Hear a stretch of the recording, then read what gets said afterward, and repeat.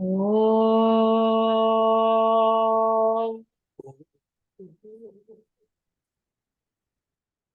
Om. Om.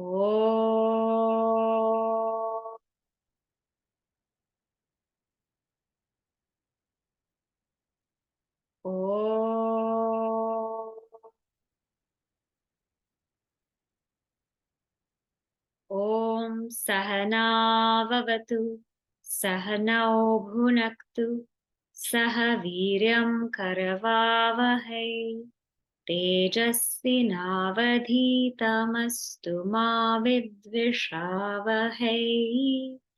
Om Shanti Shanti Shanti. Vakratunda Mahakaya Suryakoti Samaprabha Nirvignam Kurume Deva Sarvakaryeshu Sarvada. Sarasvati Namastubhyam Varade Kamarupidi Vidyarambham Karishyami Siddhir Bhavatu Me Sada. Samasta Janakalyane Niratam Karunamaya Namami Chinmayam Devam Satgurum Brahma Vidvaram.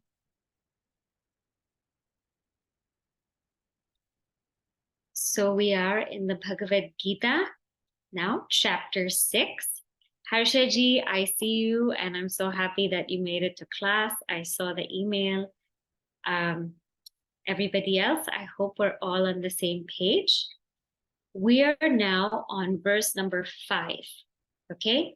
And we're going to say this verse together 3 times because it's such an important verse in this 6th chapter. So verse number 5, let's chant it together.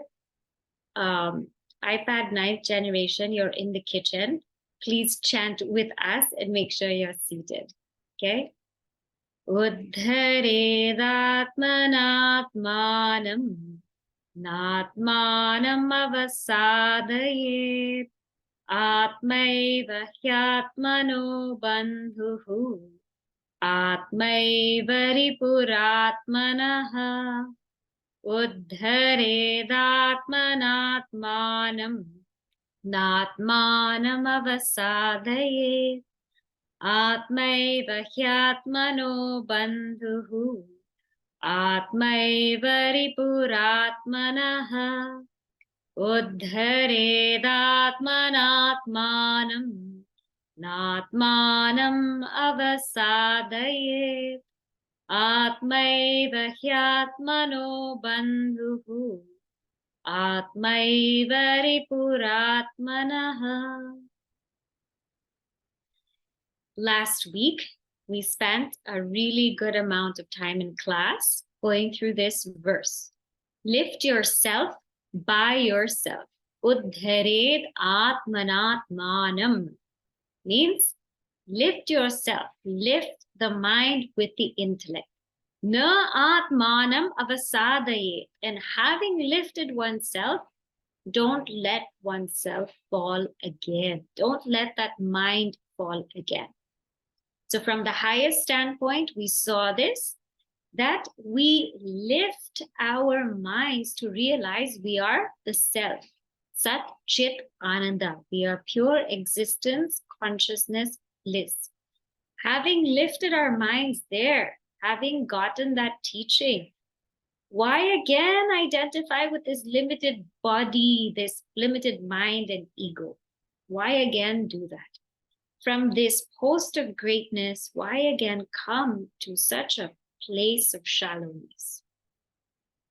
From the standpoint of the 4 yogas, we saw it is all about lifting our individuality to unite with totality. Lifting my selfishness, getting that out and coming to a place of selflessness, feeling that we all are one. Lifting my mind from dwelling in this world of objects to dwell on something so sacred and high like Bhagavad. lifting my mind from all the distractions to be in single-pointed samadhi, and lifting my mind from ignorance to knowledge. Asato ma satgamaya, right? We say this prayer. From untruth, lead us to truth. Tamaso ma jyotirgamaya, from darkness, lead us to light. Mrityorma amritam gamaya, from death, lead us to immortality. So let ourselves be lifted. And I gave you the formula also last time. Lift means to look at where we want to go. And having that vision, also we need to introspect as to where we are and have F, complete focus. So L means look, I means introspect, F means focus. And the T is to take shelter in Bhagavan. And having lifted ourselves in so many ways, na atmanam avasadayet. Let's not let ourselves fall again.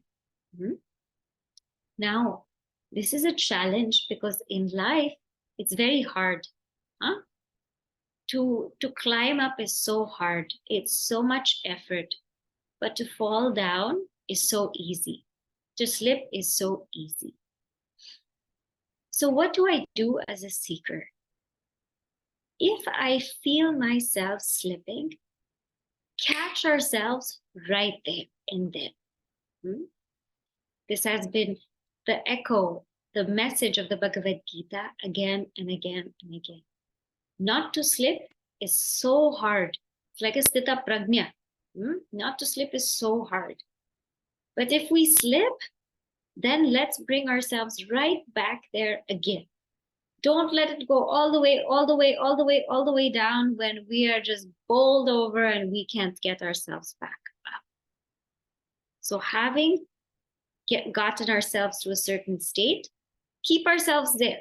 Keep ourselves there. Now that you're attending Bhagavad Gita class regularly, you're listening to it regularly, keep one's mind there. Don't go anywhere else. Atmaiva hyatmano bandhu. The mind is the best friend. So very beautifully in the Bhashya, the commentary, Adi Shankaracharya ji says, nobody will get us to moksha. Nobody will bring us enlightenment. People can give us food, but we have to eat it. People can give us water, but we have to drink it. So in the same way, we can have a lot of friends and family and people around us, but nobody is capable of giving us enlightenment. Not even the guru. The guru can give us upadesha, teaching. But for us to internalize that teaching, it requires self-effort. And that's why the mind is the best friend, because this mind can actually take that teaching and internalize it if it's disciplined enough. If the mind is full of distractions, it's not going to work to our advantage. Sometimes on this path, we feel that the problem is our family. I'm not able to do this because of my family or because of my friends or because of my situation. No, it's nobody's fault, because nobody can bring you enlightenment except you yourself, except me, myself. So we can't blame anybody. We can't feel like anybody's inhibiting us or prohibiting us, because our mind is the sole instrument. Mana eva manushyanam karanam bandha mokshayoho. This is what is said in Amrita Bindu Upanishad, that the mind alone is the cause for liberation and the mind alone is the cause for bondage. The mind is so powerful that when we are able to think of something positive, it can really make us go forward. Our body might be so tired. Our energy might be draining. But if that mind is so strong, that person will just keep going and going and going. Have you ever watched a fight scene with a very strong villain? Huh? How many times the villain is hit and kicked and everything like that? Still the villain rises up.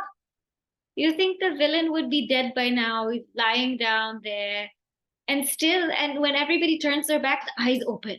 Again, he rises up. Isn't it? He rises up. His body is just drained. The pranas are all out. But because of the strength of the mind, that villain is able to rise. Huh? Heroes are able to rise too. We've seen people on a yatra. They're going. The body, Swami Tapovan Maharaj, his body is drained out. His prana is all gone. He's barefoot. It's in extreme temperature. He's climbing to Kailash. Yet he's able to make it. He hasn't eaten. He's wet from rain. Still he climbs. What kind of a mind must he have had to be able to get through despite the body and the pranas going out?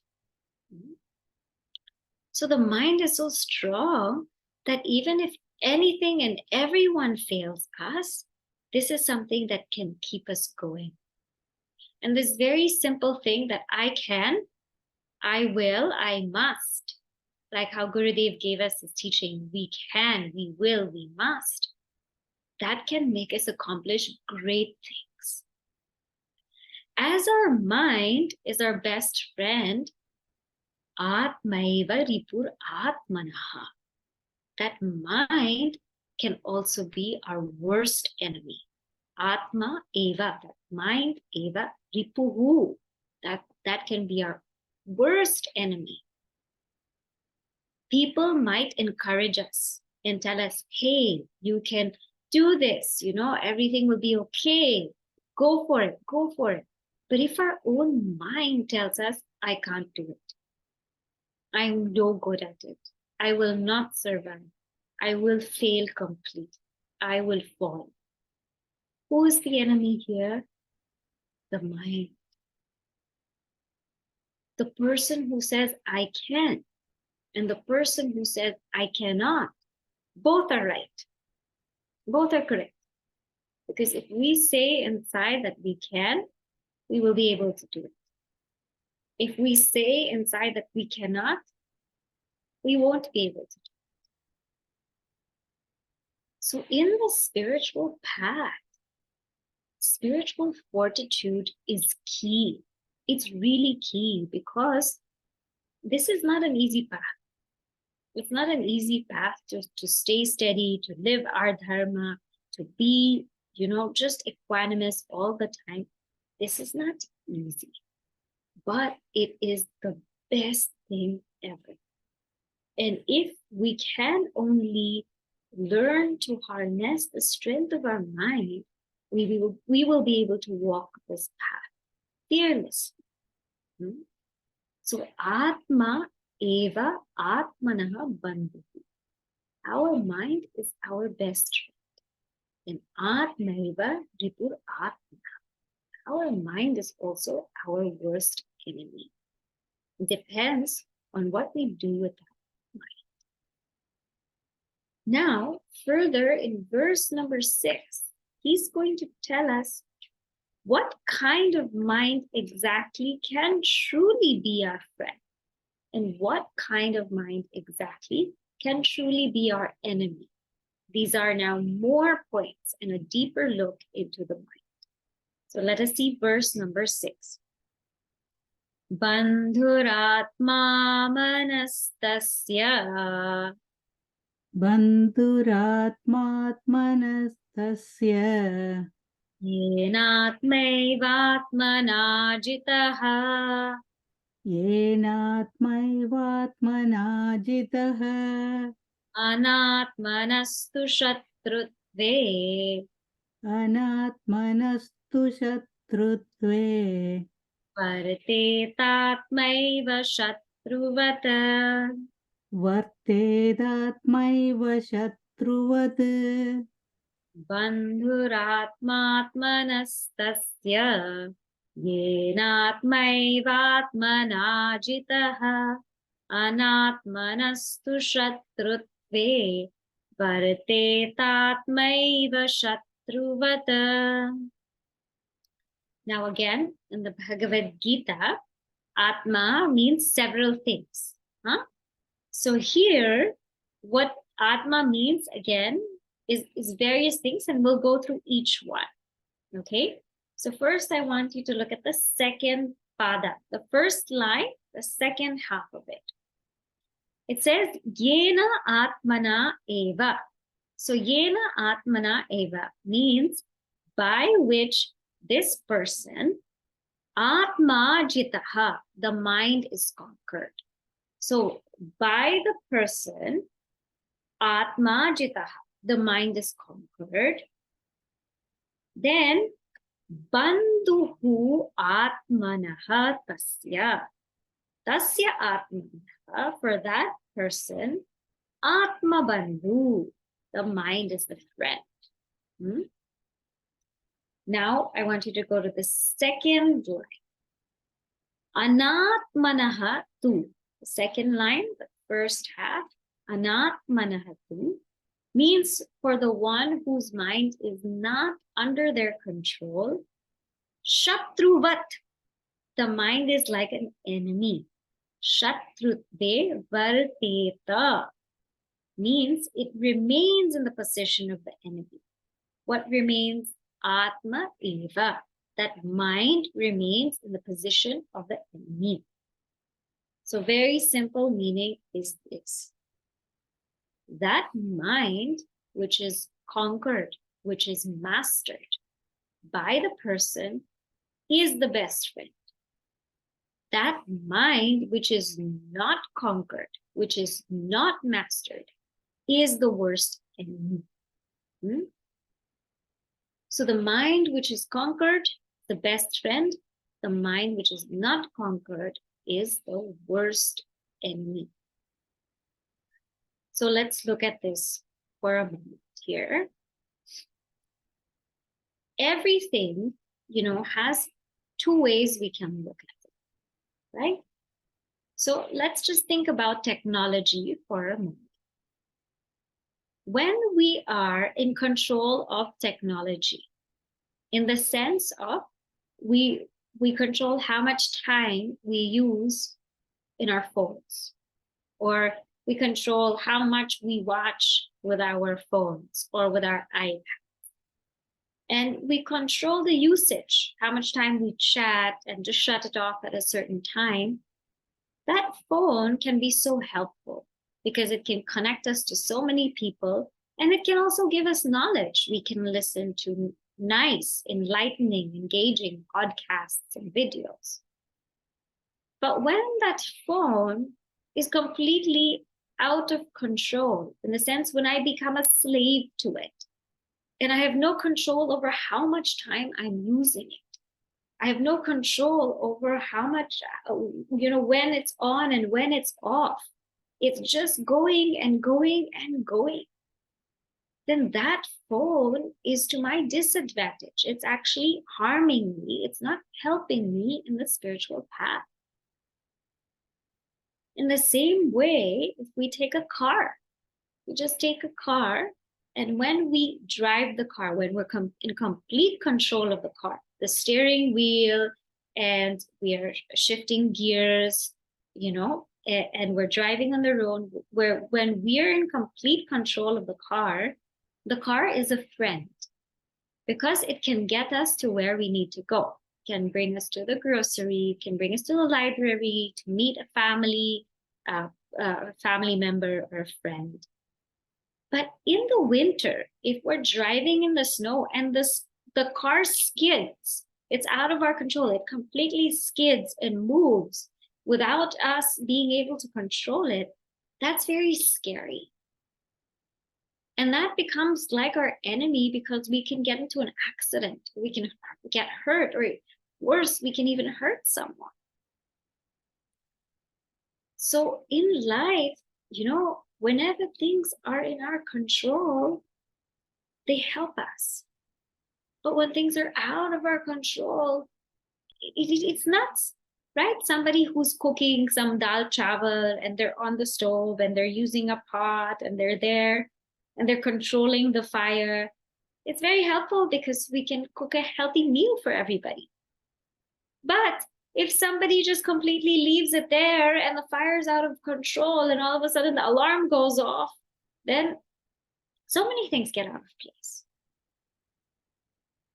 So in ourselves, we have this mind and we have this intellect, as we saw last time. And the intellect and mind have a very beautiful relationship. The intellect is the guiding factor. The intellect is the part inside of us that holds on or tries to hold on to the ideals that we listen to. So when we listen to talks, when we watch something, when we study Shastra, the intellect gets polished and it wants a new way of living because it's listening to it, it's craving for it. And this intellect now wants to change us, but yet the mind is quite left behind. And the mind is left behind because the mind, while the intellect consists of our ideals, the mind consists of our vasanas or samskaras, our past, tendencies, our past habits. And so the mind, it is resisting in some way. So whereas the intellect would say, I read all of these wonderful things and these self-improvement books and self-help books, and let's try to make a change. It won't happen. We can go to any bookstore we want and listen to any talk. It's not going to happen. It's not going to happen because the intellect is doing all of that, but it's the mind that has to change. If the mind is not cooperating, then the mind will not change. So the intellect will feel like, yes, let's get up early. And if the mind says, yes, let's do it, then it's a cooperative mind.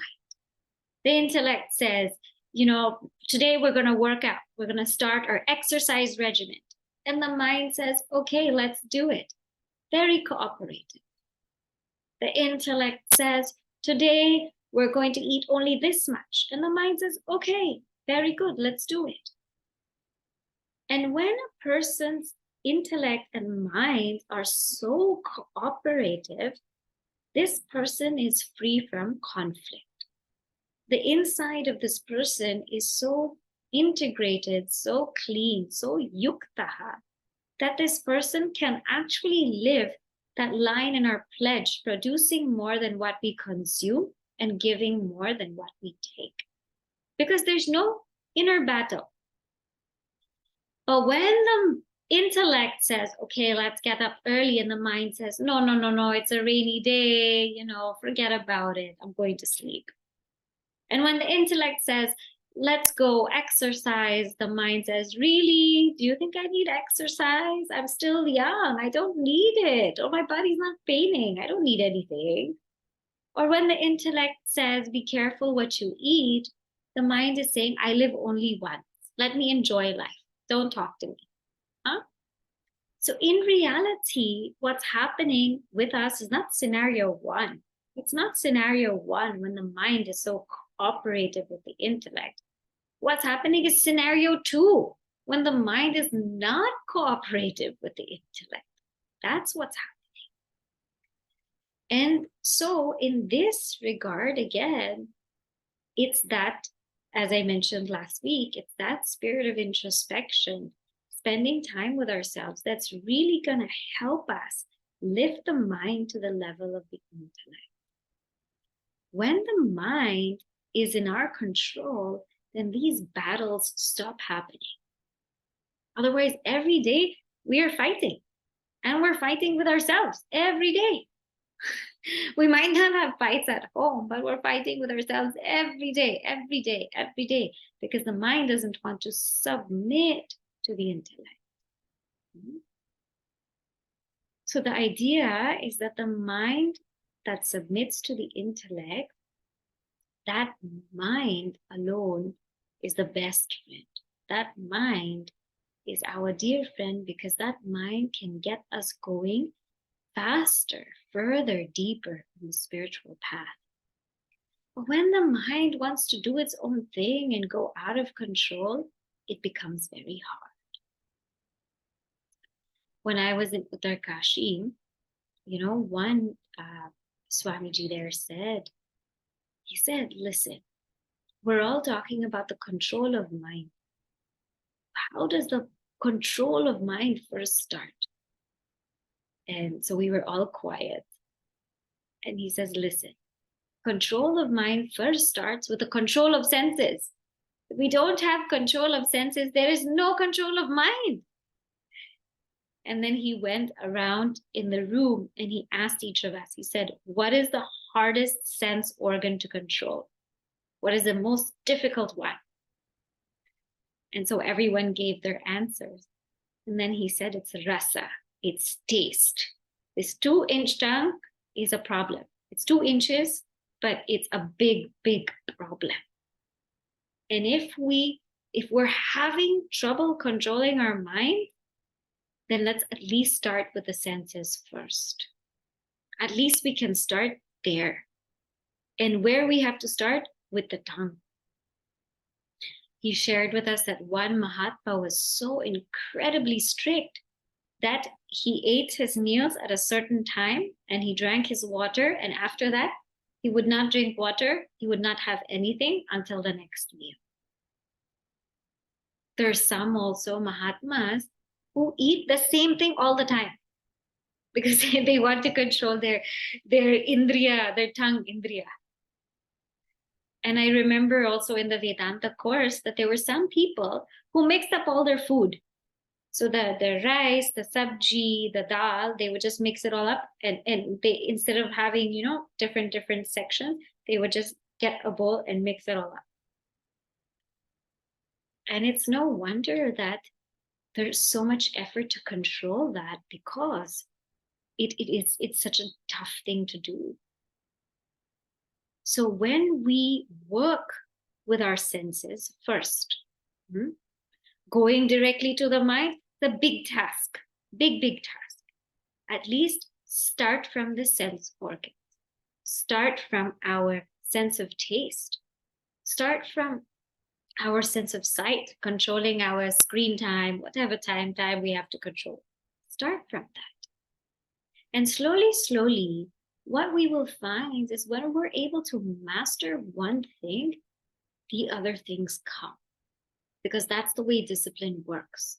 When we try and strive for one thing, the next thing becomes easy because the mind starts to become obedient.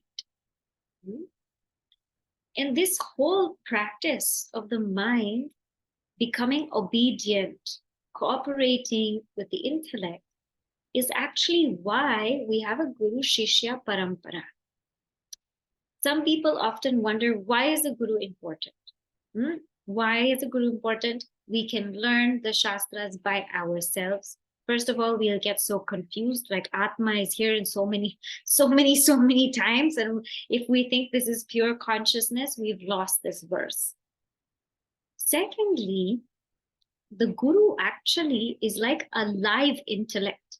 It's an intellect alive because the Guru instructs us, tells us what we have to do for our sadhana, what we need to do for self-improvement, gives us all of these regimens. And then we start to follow them. When we start to follow them, our intellect becomes stronger. So the Guru is a live intellect on the outside, and eventually what happens is our intellect on the inside becomes the Guru. And the mind becomes the Shishya or the student. So that's why we have this Guru Shishya Parampara, is because in the beginning, our intellect is also so weak to guide. Our willpower is so weak that we need an outer figure to tell us, do this. And we just do it, without questions, without complaints, without anything. We just do it. And so it's such a beautiful practice if we look at everything in our Shastra, how everything is laid out and connected. There's a deeper meaning to everything. I remember when we were in Chennai as youth, we couldn't say anything. Swamiji said, just do this. That's it. We had there's so many times we didn't know how to do what he asked us to do, but we couldn't ask. We couldn't complain. We couldn't say no. We just had to do. And that was such a powerful lesson. So here, again, a very, very deep verse saying that the kind of mind that can be my best friend is the mind that's under my mastery or control. A mind that has become my disciple. Whose disciple? The intellect's disciple. This is also shown brilliantly in Kathopanishad, where we have the Ratha Kalpana, the chariot, the metaphor of the chariot, right? And in this metaphor of the chariot, the buddhi, the intellect, is the charioteer. The reins are the mind, and the horses are the sense organs, and the roads are the sense objects. So the buddhi is the sarathi, the charioteer. So if the intellect holds the mind, like the charioteer holds the reins, then what happens is the horses, which are the sense organs, they will follow and they will proceed accordingly on the road. But if the intellect loses a grip on the mind, then what happens? Like the charioteer loses a grip on the rope or the rope, the horses go astray. And we're in danger. Imagine if you're up in the Himalayas and your horse goes astray. Big, big, big danger, right? Big danger. So this is also what happens with us. So verses 5 and 6 are truly a tip for all of us sadhakas to start working towards the mastery of our own mind. This has to be our spiritual task. Okay, then, but why should I even master my mind? Why should I do that? So let us see now verse number 7. Some people might wonder, why are we working so hard on this mastery? What's the deal with it? Shri Krishna says, I know you're going to ask. So let us see verse 7. Jitatmana prashantasya. Jitatmana prashantasya. Paramatma samahitaha. Paramatma samahitaha. Shitoshna sukha dukkheshu. Shitoshna sukha dukkheshu. Thamanapamanayōh.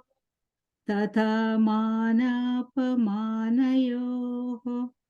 Jitatmanah prashantasya.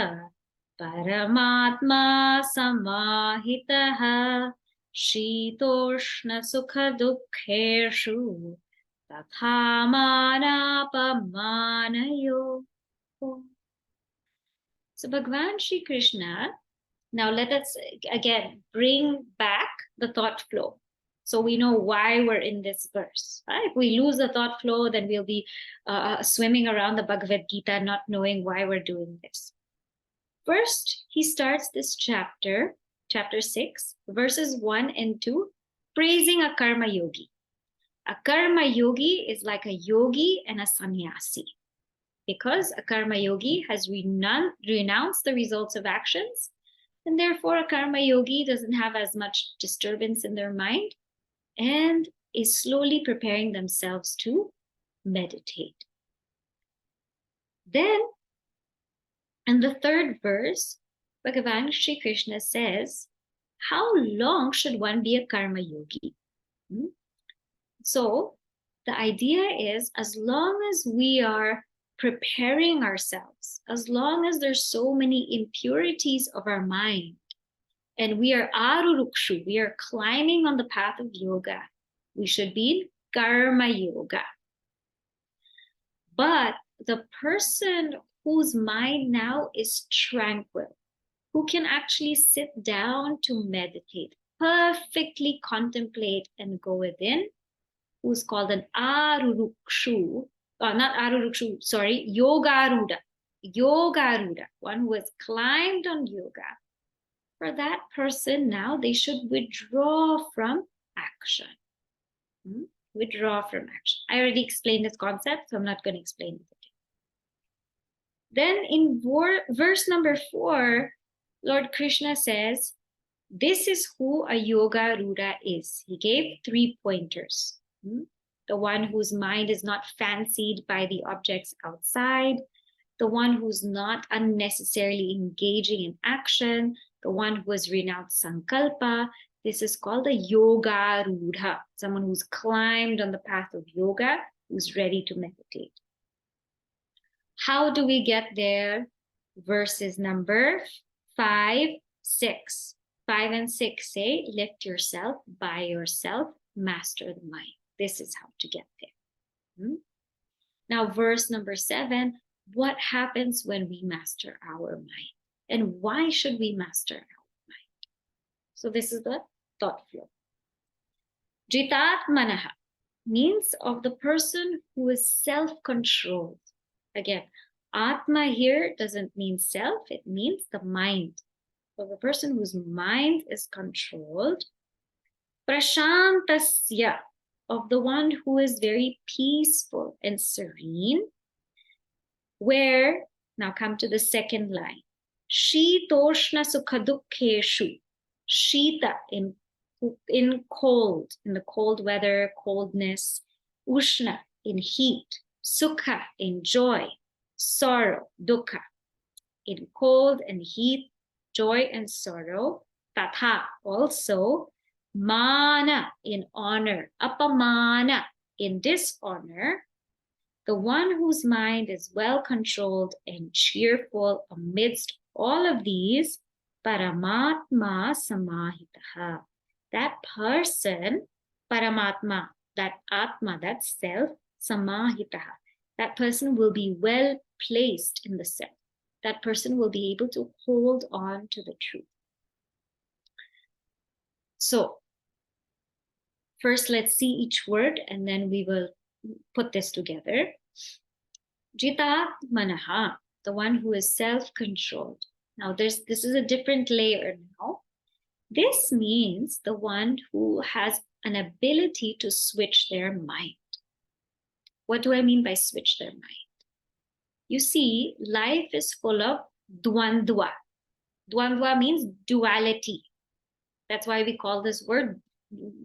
This world is called dunya, right? Dunya in Hindi means dunya. It is based on duality. What are the dualities? The bodily level, we have heat and cold. In the mind level, we have pleasure and pain. The intellectual level, we have honor and dishonor. And life is always going to be like this. When we buy something so nice and lovely, then what happened? There's a fine print. Terms and conditions apply. So you're so happy, but don't forget to read the fine print because something fishy is there. That's why it's very small. We found the perfect medicine, but what happens? Side effects, nausea, constipation, you can't sleep, all kinds of things. We find the perfect apartment, but what happens? It's in New York City, so you can hear so much noise every night. So everything is a mix only. Everything is a mix. You get married, your spouse is wonderful, but guess what? You also have in-laws, right? right? Both mixed joy and sorrows. We have children. They're wonderful, but they also come with all of the dropping and picking up, errands here, errands there. It comes, everything comes with dvandva. Everything comes with this mixture. That is life. And we cannot complain. We cannot complain that why this thing isn't good all the time. It will not be. That's not the way the world works. Jitatmanaha means the person who can switch. That even when things are not going a certain way, the mind can switch and be absolutely okay, absolutely accepting. I shared with the Devi group the other day, we all have what we call instant pot. Some people have instant pot. This is called instant thought. So right away, switch the thought. Right away, just switch the thought. If things aren't going well outside, it's raining like crazy, it's okay. Switch the thought. What a beautiful thing, because it's like the sound of Bhagavan's cheer, his roar. Things are not going our way. It's such a terrible, bad day. It's okay. What a wonderful opportunity to learn, to reflect, and to slow down. So no matter what's going on outside, if we can make this switch and see something positive, something evolutionary, something that makes us grow in it, then we will be okay, because these dualities will always be there.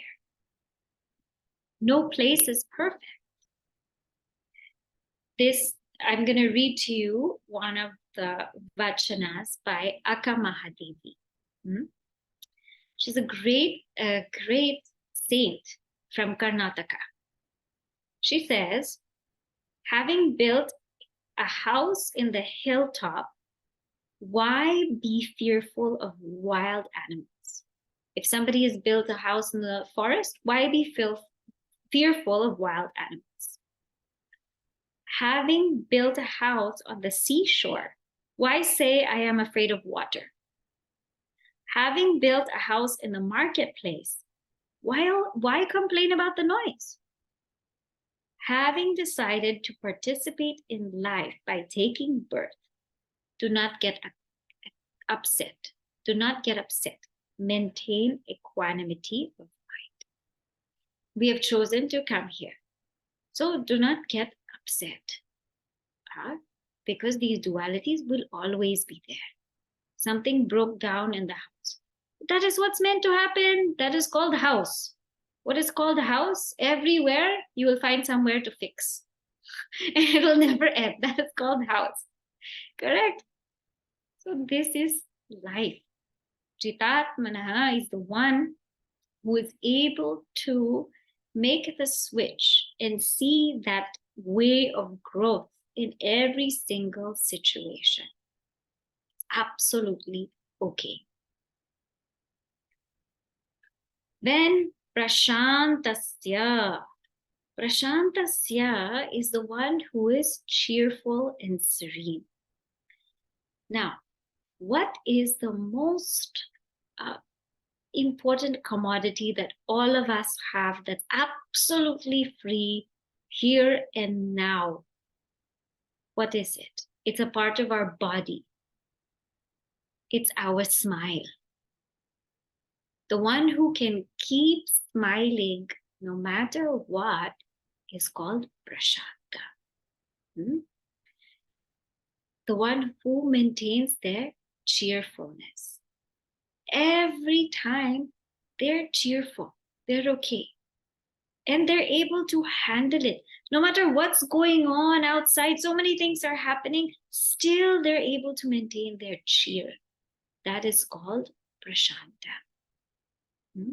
And when we smile also, we'll age slower. So if you're thinking, why smile? I'll give you a selling point. You'll age slower. You won't get as many wrinkles. You'll look better. And it's absolutely free. Prashanta. in our meditation and life class, we were reflecting about how we've become so cruel and arrogant and so self-absorbed that in the people around us, we forget to smile. You know, when you see your neighbor, when you see somebody, we just avoid them, look the other way, we don't say anything. At least ask, how's your dog? What's his name? What's her name? How are your children? These simple, basic things we have forgotten. So Prashanta is the one who can keep their mind cheerful. There was one king, you know, and he drew a very short line. He drew a very short line, and he told everybody in the kingdom, I want you to make this line shorter, but you cannot erase it. You cannot touch it. It is a short line, this much, but you figure out how to make it shorter. So everybody was thinking, what to do, how to make this line shorter. So one smart person came and said, I know the answer. And right next to the short line, what did he do? He drew a bigger line. Then automatically, this line became shorter, right? Very simple, so simple. So Prashanta means also the ability to see that whatever is disturbing us, whatever is harming us, whatever is this little shaking us up, it's such a small thing compared to the vast greatness that's actually happening. Isn't it? Don't we have wonderful health? Don't we have a wonderful family, people around us, great environment, great people? We have so many things to be thankful for. And this small thing happened and we're bogged down. So anytime a small thing happens, then what do we do? Draw a big line of gratitude. Very, very big line of gratitude. And that big line of gratitude makes us prashanta. So jitat manaha prashantasya. That's called prashanta. The one who, jitat manaha, of the one who is self-controlled, of the one who is pleasant and cheerful in all of these situations, heat and cold, joy, sorrow, honor, dishonor. This will always happen. Life is like that. Only that person, Paramatma Samahitaha, only that person can really get hold of the truth. See, what do you see here? My hand, right? You see my fingers. You see my palm and the lines in my palm. Very clear. But how many of us are paying attention to the light that's lighting up my hand? Without the light, you wouldn't be able to see the hand, right? But so many of us are stuck in the hand. We're stuck studying the palm, the color, the texture, the fingers, the lines. We're stuck studying this, that we're not bringing our attention to the light that illumines this palm. Atman is like that light. It is ever there, ever present, illumining this whole entire world. It's ever there. Even now it's ever there. We are ever experiencing that Atman. But we're unable to turn our attention to Atman. Because our attention is stuck here in this world. This palm represents the world. It's stuck here. So all that Vedanta is trying to do is turn our attention to Atman, that light which illumines all, which is the ever-experienced reality. That's all Vedanta is trying to do. It's a simple fact of just turning our attention. But we cannot. Our minds are too disturbed, they're too fast, they're too distracted, they're in utter chaos, and they're too weak. That's why Bhagavan Sri Krishna says, lift yourself by yourself, master the mind, because when we do that, we become self-controlled, we become calm and serene, and in that mind, we're able to pay attention to that which is beyond sight. We're able to pay attention to the light, to our true selves. That's why he's saying this. So now, of the one who is able to see the self everywhere, how does this person live? How does this person transact in the world? So verses 8 and 9 come together. Verse 8 shows how this person transacts with things, with material things. And verse 9 shows how this person transacts with people. So let's read verse 8, and we'll try to just get a little bit into it. Okay? All right. Jnana vijnana triptatma. Jnana vijnana triptatma. Kutastho vijitendriyaha. Kudastho vijitendriyaha. Yukta ityuchyate yogi. Yukta ityuchyate yogi. Samaloštashma kanchanaha. Samaloštashma kanchanaha. Jnana vijnana triptatma. Kutastho vijitendriyaha. Yukta ityuchyate yogi. Samaloštashma kanchanaha. Just the word meaning we will see. Jnana vijnana triptatma. Again, here Atma is not consciousness. Okay, this is the person. One who is satisfied with knowledge and wisdom. Jnana is knowledge, vijnana, wisdom. Kutastaha. Kutastaha, one who is unshaken. Vijitendriyaha, one who has conquered the senses. So, in Bhagavad Gita, this word jitatma, vijitendriyaha, one who's mastered the senses, mastered the mind, it comes again and again and again.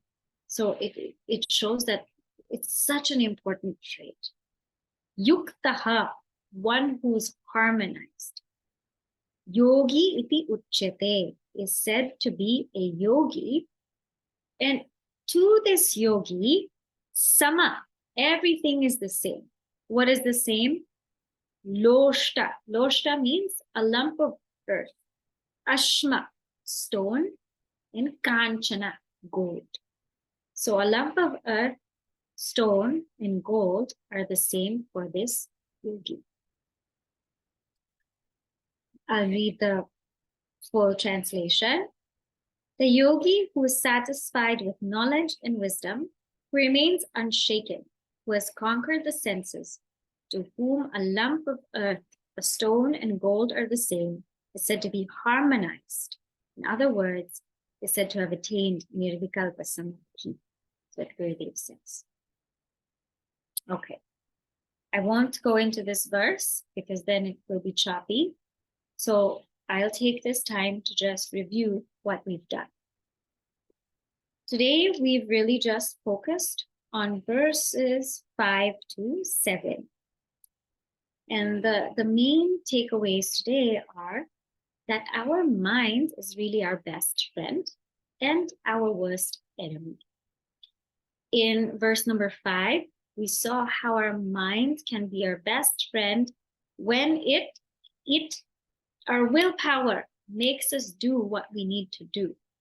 When we tell ourselves that we can do it, and we can grow, and we can walk the spiritual path, this is our best friend.